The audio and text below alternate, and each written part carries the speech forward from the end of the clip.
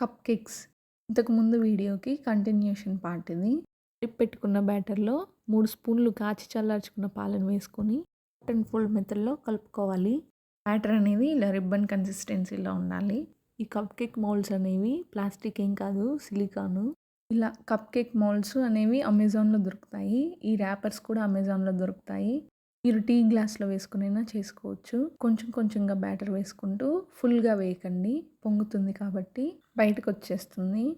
Cut చేసి పెట్టుకున్న dry nuts వేసుకొని ప్రీ హీట్ చేసి పెట్టుకున్న కడాయిలో ఇలా మూత పెట్టేసుకొని ఆవిరిపోకుండా బేక్ చేసుకోవాలి. టూత్ పిక్ గుచ్చితే అంటుకోకుండా వచ్చింది కదా! ఇలా ఉంటే పర్ఫెక్ట్‌గా ఉన్నట్లు. కప్ కేక్ చేసినప్పుడు మంటని లో ఫ్లేమ్‌లో పెట్టుకొని బేక్ చేసుకోవాలి. అలాగైతేనే పర్ఫెక్ట్‌గా వస్తాయి. చూస్తున్నారు కదా ఎంత సాఫ్ట్‌గా, ఫ్లఫీగా ఉన్నాయో. మరి మీరు ఈ రెసిపీని ఇంట్లో ట్రై చేస్తారా? ట్రై చేస్తే ఎలా వచ్చిందో కామెంట్ బాక్స్‌లో తెలియజేయండి.